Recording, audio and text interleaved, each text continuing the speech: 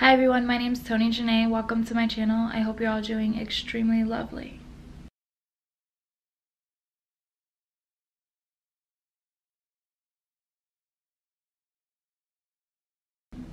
So I don't want to make this video super long, but I thought what better way to explain why I was adopted personally than to read my very own adoption papers.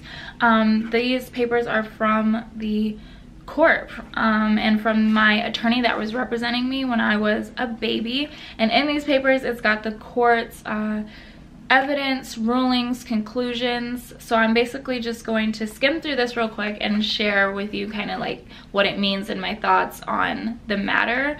And a lot of this is really deep for me. I mean, these are my adoption papers. It's got my story in here and I'm about to share it. So if I get emotional, I'm sorry about that. So basically what the court does, you know, gives each parent a right to fight for their child. So they say they paged the court, which basically means they stated off multiple names because they didn't know who my dad was. And they stated off multiple names and nobody stood up and said, yes, I'm the father. You know what I mean? So basically they're like, you know, screw it, we're gonna proceed without them.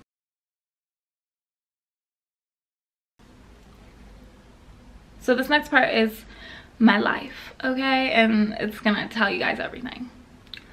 On March 5th, 1996, Laverne gave birth to Tony at the Touchette Regional Hospital, and I won't say where it is. Laverne reported that she had traveled to East St. Louis from Iowa City with friends on quote-unquote business. Her baby was not due for a couple weeks, and she was surprised by the early labor and birth. So I was born premature.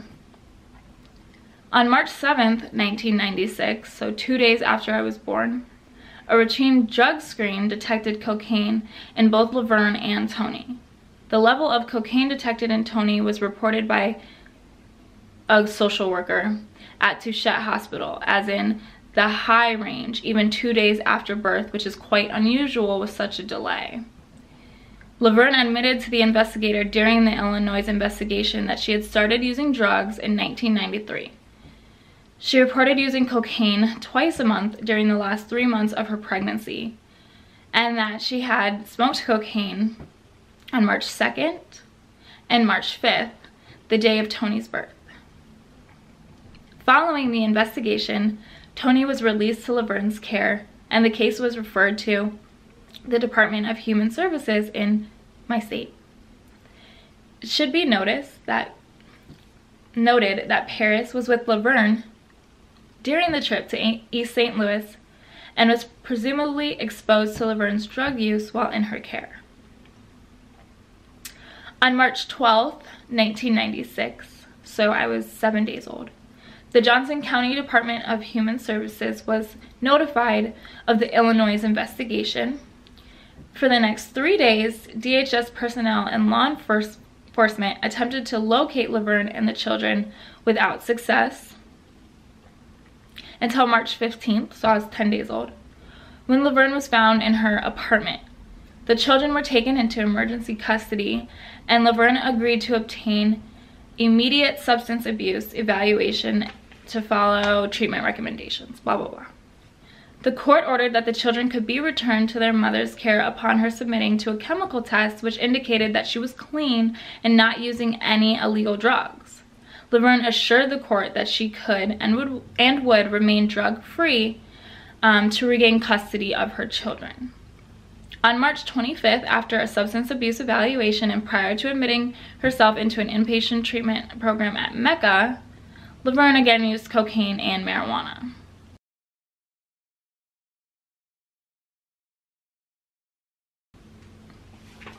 So basically, I'll stop there and just kind of talk about my thoughts. So, you know, obviously she was doing drugs. She admitted to doing drugs while I was a baby in her stomach, and then obviously the couple days before my birth, and then the day of my birth, and I was born premature. So you think about all that stuff, and you think about like health problems that I had when I was a child, and you know, growing up I didn't know this. I never read these papers till I was 18, and I never knew why I had health problems. And I mean, I knew that my mom was on drugs, but as a kid, you don't really understand what that means. You know, you grow up and, oh, my mom was on drugs, so I was adopted. You don't understand what that can actually do to you.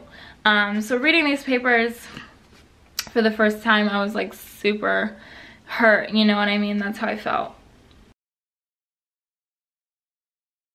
Less than a month after that, you know, she's put on probation, so we had another court hearing, and they basically call it the need of assistance, which basically means like, okay, these kids need to get help, and everyone was on board, and even my birth mother was like, yeah, like they need help, you know what I mean? Which speaks a lot, you know, that says a lot. Like, she's admitting like, okay, I need help, my kids need help. And then a month after that, so a month after the need of assistance, basically the court, you know, the judge was like, okay, where are the kids' fathers? You know, they put out whatever they call it, who cares, but they were looking for our fathers, and you know, nobody stepped up, nobody claimed us as like as their kids. And so the judge was like, no, like they're not gonna go back home then. They have nobody, you clearly can't take care of these kids. And during this time, it says Laverne was in and out of treatment. Laverne provided UA positive for cocaine on June 3rd, 5th, 6th, and 8th. And basically she was terminated from her program because she kept using cocaine. During this time, Laverne missed visits with the children and was not participating with services. And then on June 26th, so about another month later, so 3 months later, I'm about 4 months now, she entered in an inpatient treatment program, and upon admission, she was positive for cocaine. So during treatment, Laverne admitted that her addiction to drugs interfered with her ability to care for her children. This is where it gets kind of sad. She admitted leaving Paris in his room so that she could get high, skipping meals to get high, spending food money on drugs, driving under the influence of drugs with Paris in the car, taking Paris on drug runs, and using drugs during her pregnancy with Tony.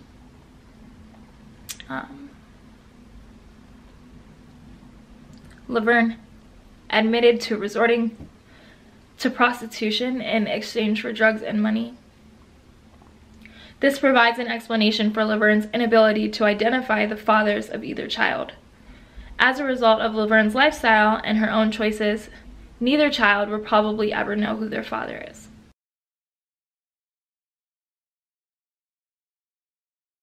The family was reunited in the program.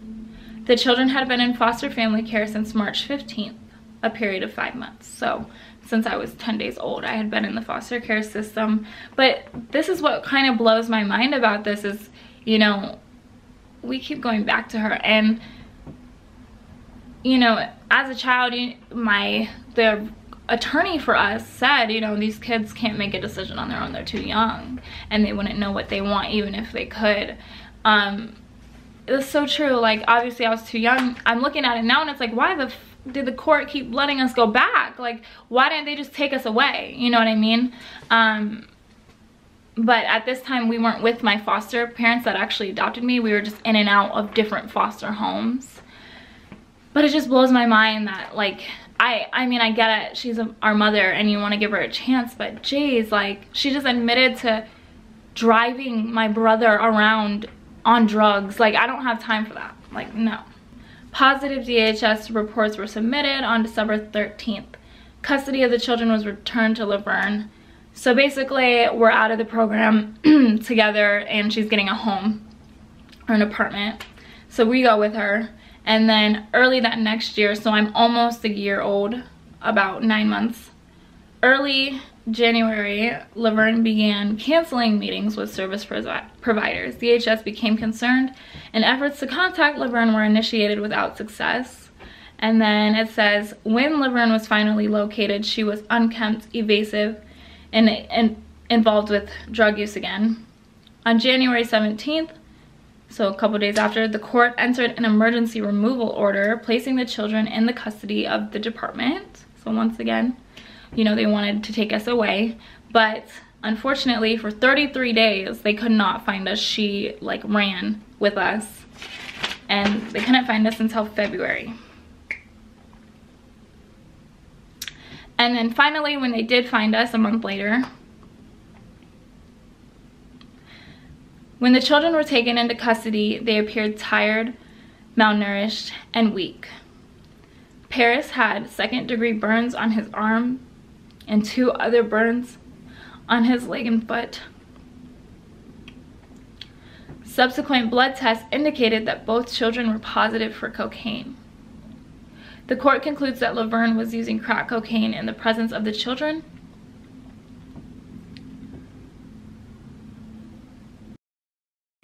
So basically, like how I feel about that is, it's just my brother. Like, that's the thing that pisses me off is the most, is I hear about my brother. My brother is my best friend. I love him so much, and like to hear this about him, you know, it just kills me. Like, it's just, it's horrible.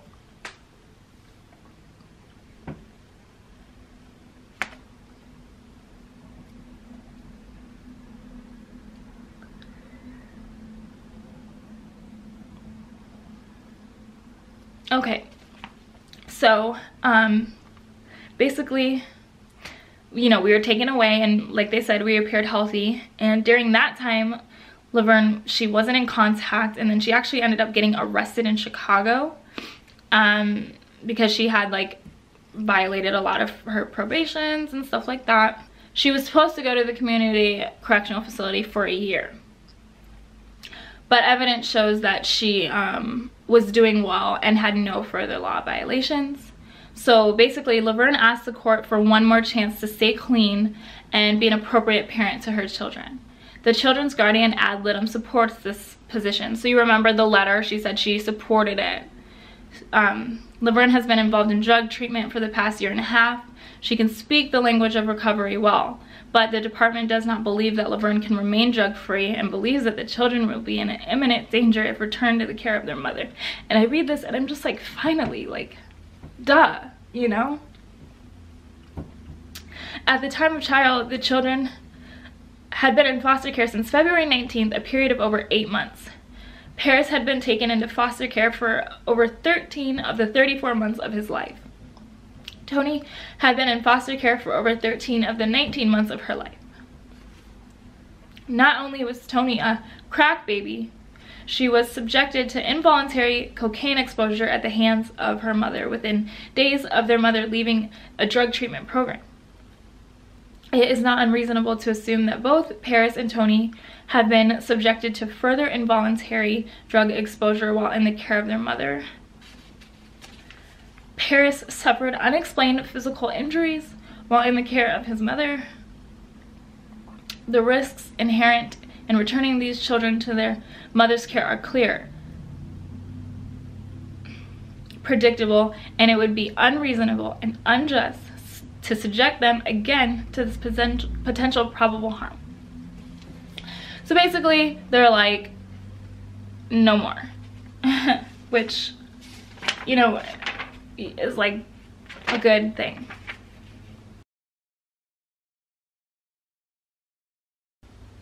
More than reasonable efforts were made to enable Laverne to demonstrate that she could become an appropriate parent. Laverne simply has too many issues of her own to focus on the considerable task of being an appropriate parent to 2 young children and remain clean and sober.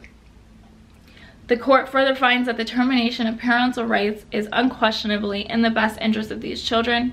At every turn, Laverne had put her needs for drugs ahead of the needs for her children. She may be bright, articulate, and have the ability to be a proper, loving parent when sober, but she has clearly demonstrated that she is not to be trusted. After months of treatment and living in a structured halfway house, it took only days for Laverne to fall apart, return to debilitating drug use, and introduce cocaine into the innocent bodies of her children. She has forfeited her chance to parent these children. The risks are just too great. So I love that they put in there, you know, that she was bright and smart and articulate, and I think that's amazing because, you know, that's what I think about myself. I think I'm smart, I think I'm articulate and bright, and that's a great thing that they put that in there. And, you know, as I was reading it for the first time, I was like, oh my gosh, this is horrible, but then they say that, and And you're like, you know what? Even bright, articulate, and smart people have problems, you know? Like, they fuck up. Everybody fucks up, you know what I mean? And she fucked up. But I don't hate her. I don't at all, you know what I mean? The only thing that really truly makes me upset about it is the fact that my brother was involved. Just because I hate reading that about him. That's horrible. But I wanted to share this, like I said, just to give you guys a chance to know me, maybe connect on that level. Everybody goes through something different, you know. My experience is different than your experience or his experience or her experience. And her experience might be worse than mine, you know what I mean? Or it might not be. Somebody might have just chosen to give up their child. You know, just anything can happen. And I feel like every adopted kid reacts to it differently. And for me, I'm not so much angry anymore because I understand people fuck up. I get it. Like, I truly do. And she did try, you know what I mean? And that's great that she tried, you know, a little bit. But I understand drug abuse, she needed help. She couldn't have us, you know? Like, we needed help. And we got help. And I hope she did too. I have no idea what came of her at all. But stay tuned for the rest of the series because I will answer questions and get into it a little bit more. So I hope you guys enjoyed this video. I hope it wasn't too like emotionally sad or anything. I tried not to cry. But thank you guys so much for watching, and I'll see you in my next one. Bye.